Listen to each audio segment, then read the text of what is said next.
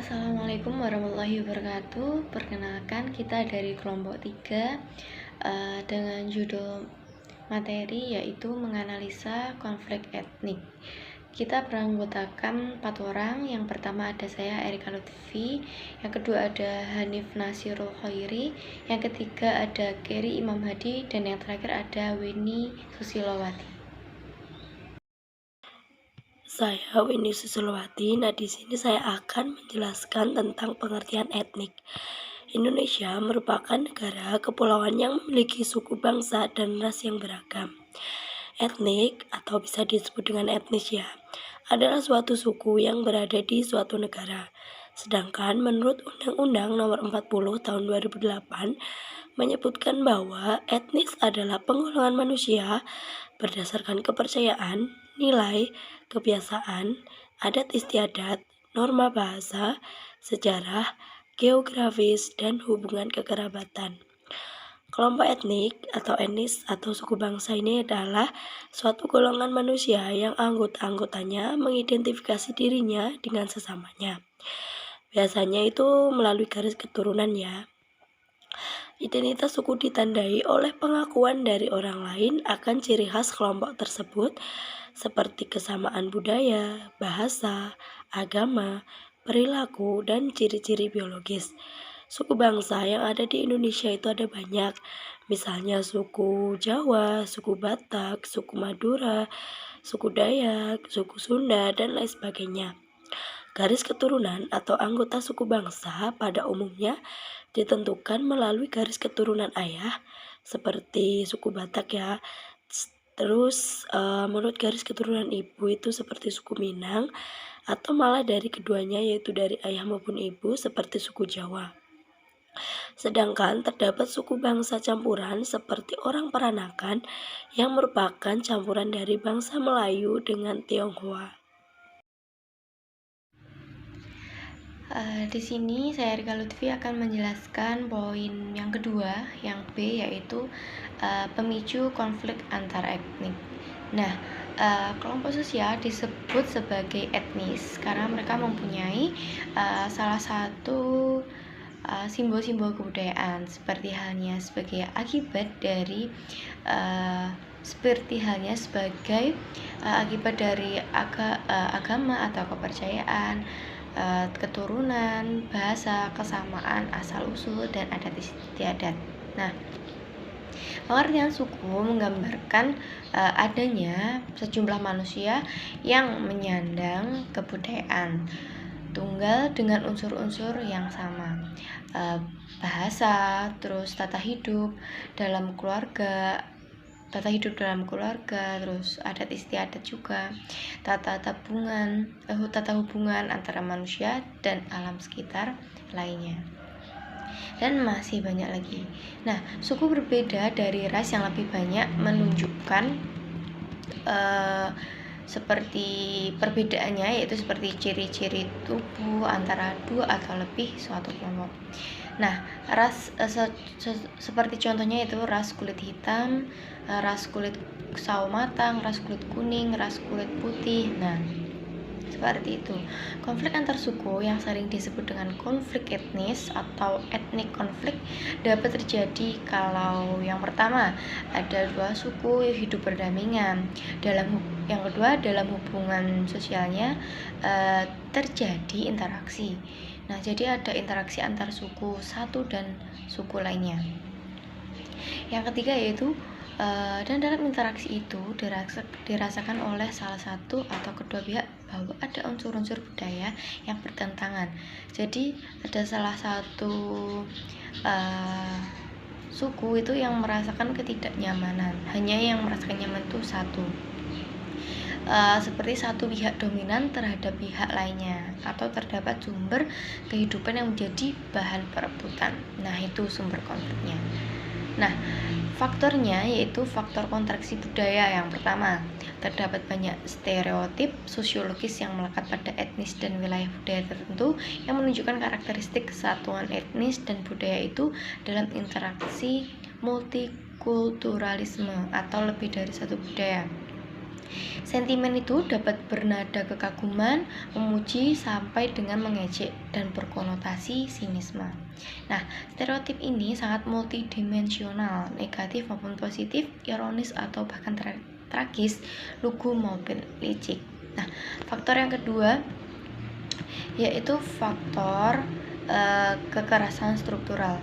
Nah, berdasarkan faktor struktural dapat dilihat dari proses ekonomi dan politik pembangunan yang selama Orde Baru. Contohnya, kegagalan dalam melaksanakan agenda modernisasi telah menimbulkan kesenjangan sosial, ekonomi yang kurang menguntungkan bagi hubungan antara penduduk asli dan penduduk pendatang.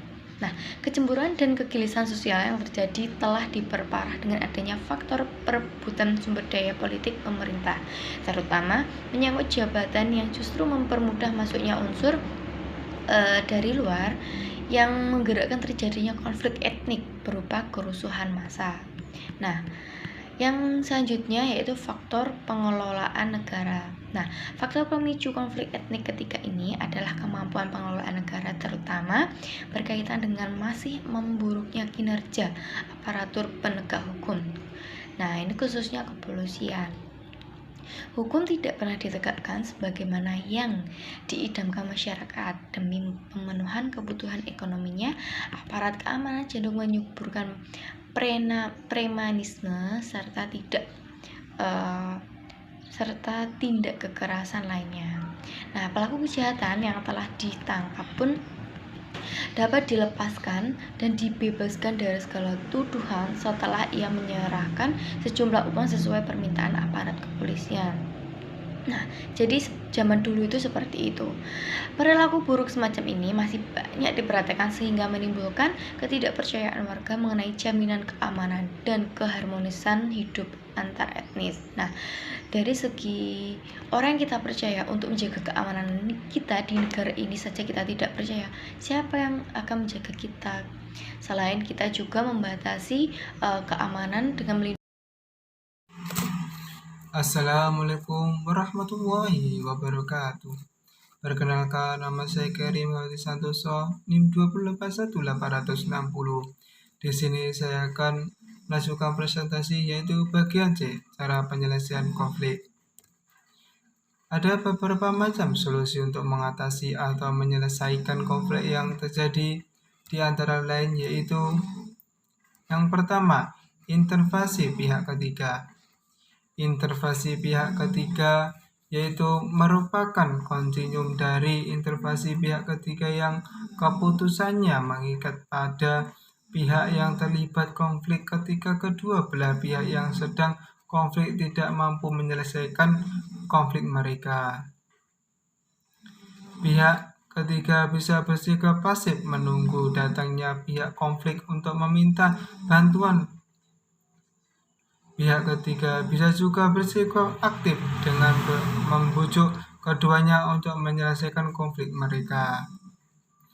Adapun solusi intervensi pihak ketiga dibagi menjadi beberapa cara, yaitu A. Melalui proses pengadilan. Melalui proses pengadilan yaitu melalui salah satu atau kedua belah pihak yang terlibat konflik menyerahkan solusi konfliknya pada pengadilan di pengadilan negeri. Melalui gugatan penggugat kepada tergugat. Selanjutnya yaitu B. Melalui proses atau pendekatan legislasi. Melalui proses atau pendekatan legislasi yaitu penyelesaian konflik melalui perundang-undang yang dikeluarkan oleh lembaga legislatif. Konflik yang penyelesaiannya melalui legislatif yaitu konflik yang berat dan meliputi populasi yang besar. Selanjutnya C. Melalui proses administrasi, yaitu melalui pihak ketiga yang dilakukan oleh lembaga negara bukan lembaga yudikatif yang menurut undang-undang atau peraturan pemerintah. Selanjutnya yaitu yang kedua mediasi. Mediasi yaitu proses penyelesaian suatu konflik melalui bantuan mediator. Mediator merupakan seseorang atau suatu tim yang melakukan intervensi konflik atas permintaan pihak-pihak yang terlibat konflik. Solusi mediasi yang paling sering digunakan untuk mengatasi konflik, terutama konflik antar kelompok atau konflik antar individu, antara lain yaitu mengidentifikasi kebutuhan intervensi, pemetaan konflik, menyusun desain intervensi, melakukan dengan pendapat, melaksanakan kesepakatan, dan lain sebagainya. Selanjutnya yaitu yang ketiga, rekonsiliasi. Rekonsiliasi yaitu proses mengatasi konflik yang mentransformasi keadaan sebelum terjadi konflik. Proses rekonsiliasi dibagi menjadi 3 tahap, yaitu A. Mediator bekerja untuk menciptakan situasi yang saling memaafkan dan menyelesaikan. B. Pihak yang terlibat konflik, korban dan pelanggar, memilih mediator yang dihormati kedua belah pihak. C. Ritual masyarakat dilakukan sehingga dapat membawa masyarakat yang bersatu sebagai jaminan pemberian maaf. Sekian, terima kasih. Perkenalkan, nama saya Hanif Nasrul Khairi dari kelas IPS B. Saya akan mempresentasikan tentang contoh konflik antar etnik di Indonesia. Konflik yang kami ambil adalah konflik Sampit. Konflik Sampit adalah pecahnya kerusuhan antara dua etnis di Indonesia. Konflik ini terjadi pada Februari 2001 dan terjadi sepanjang tahun itu. Perang Sampit ini terjadi antara etnis Dayak sebagai penduduk lokal dan Madura sebagai pendatang. Kerusuhan Sampit ini pecah pada tanggal 18 Februari tahun 2001 dan sekitar 500 orang Madura tewas, 10.000 jiwa kehilangan tempat tinggal. Suku Madura pertama tinggal di Kalimantan pada tahun 1930 di bawah program transmigrasi yang direncanakan oleh pemerintah kolonial Belanda dan dilanjutkan oleh pemerintah Indonesia. Sebenarnya dalam kasus ini terjadi kecemburuan sosial antara penduduk lokal dan pendatang, di mana pendatang di sana menguasai perekonomian, perindustrian, dan perkayuan. Suku Dayak kerap kali mengalah kepada suku pendatang. Mereka juga sangat terdesak di tanahnya sendiri. Sehingga kampung mereka pun berkali-kali berpindah karena mengalah dari penambang kayu, suku Madura, yang terus mendesak mereka masuk ke dalam hutan. Suku Dayak sering mendapat ketidakadilan dalam hukum bila mana suku Dayak yang menjadi korbannya. Kerusuhan yang terjadi di Sampit hanyalah salah satu rangkaian peristiwa kerusuhan yang terjadi oleh suku Madura yang sejak berdirinya di Kalimantan Tengah telah melakukan lebih dari 13 kali kerusuhan besar, yang banyak sekali kerusuhan tersebut yang mengakibatkan korban dari pihak Dayak. Sangat banyak kasus-kasus yang memicu pertikaian antara kedua belah pihak tersebut, yakni terjadi pada tahun 1979 sampai 2001.